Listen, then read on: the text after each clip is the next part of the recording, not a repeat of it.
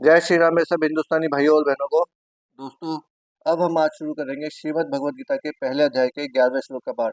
लेकिन उसे शुरू करने से पहले मैं आपको किसी भी तरह के श्रीमद् भगवद गीता को पढ़ने या सुनने के महत्व के बारे में ना बताकर आपको लाइफ के रिलेटेड कुछ टिप्स देने की कोशिश करूंगा। जैसा कि अभी तक आप मोबाइल में बहुत सी वीडियोस देखते होंगे मोटिवेशनल स्पीकर्स की, जो कि आपको मोटिवेट करते होंगे कि आप ऐसे कीजिए तो वो सक्सेस मिलेगी, वो कीजिए तो आपको वो सक्सेस मिलेगी।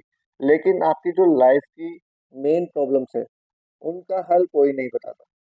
तो आज से मैं आपको वही चीज़ें बताने की शुरुआत करूंगा, जिसमें सबसे पहला टॉपिक है मेरा सास बहू का झगड़ा, जो कि हर घर में आप देखें कॉमन होता ही होता है।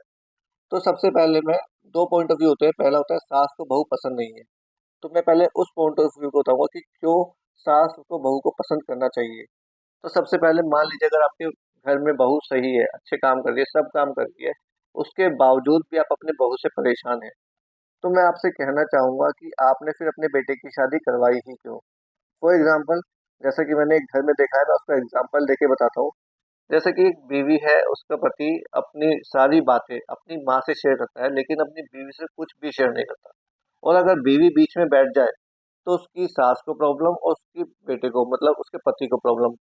अब आप बताइए कि अगर वो अपनी पति की सारी बातें सुन रही है सास के साथ, तो ऐसी क्या गलती उसने कर दी कि जो उस पर सुनाने लगी। ऐसी कोई प्राइवेट बातें तो नहीं कर रहा होगा ना अपनी माँ से वो, तो क्या वो सुन नहीं सकती।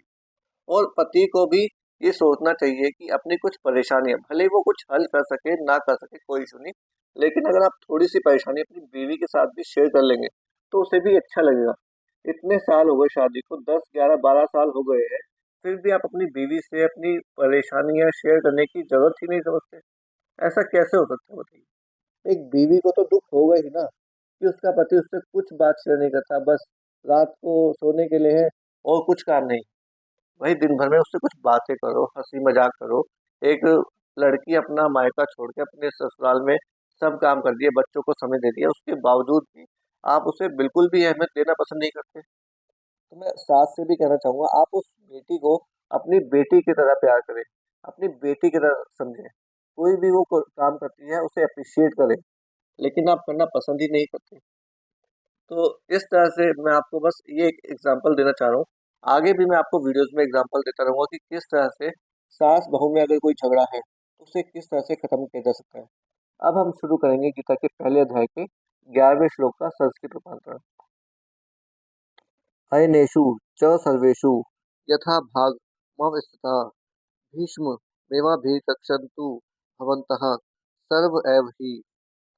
अतएव सन्नी व्यू में अपने अपने मोर्चों पर खड़े रहकर आप सभी भीष्म पितामह को पूरी पूरी सहायता दें। अब हम इसका भावार्थ समझते हैं। भीष्म पितामह के शौर्य की प्रशंसा करने के बाद दुर्योधन ने सोचा कि कहीं अन्य योद्धा यह ना समझ लें कि उन्हें कम महत्व दिया जा रहा है। अतः दुर्योधन ने अपने सहज कूटनीतिक ढंग से स्थिति संभालने के उद्देश्य से उपयुक्त शब्द कहे। उसने बलपूर्वक कहा कि भीष्मदेव निसंदेह महानतम योद्धा हैं, किंतु अब वे वृद्ध हो चुके हैं। अतः प्रत्येक सैनिक को चाहिए कि चारों ओर से उनकी सुरक्षा का विशेष ध्यान रखे। हो सकता है वे किसी एक दिशा में युद्ध करने में लग जाएं और शत्रु इस व्यस्तता का लाभ उठा ले। अतः यह आवश्यक है कि अन्य योद्धा मोर्चों पर अपनी अपनी स्थिति में अडिग रहें और शत्रु को व्यूह ना तोड़ने दें। दुर्योधन को पूर्ण विश्वास था कि कुरुओं की विजय भीष्मदेव की उपस्थिति पर निर्भर है। उसे युद्ध में भीष्मदेव तथा द्रोणाचार्य के पूर्ण सहयोग की आशा थी, क्योंकि वह अच्छी तरह जानता था कि इन दोनों ने उस समय एक शब्द भी नहीं कहा था जब अर्जुन की पत्नी द्रौपदी को असहायावस्था में भरी सभा में नग्न किया जा रहा था, और जब उसने उनसे न्याय की भीख मांगी थी, यह जानते हुए भी कि इन दोनों सेनापतियों के मन में पांडवों के लिए स्नेह था।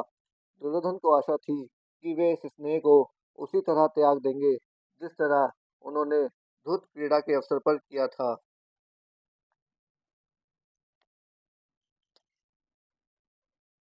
दोस्तों, आज के लिए इतना ही। धन्यवाद।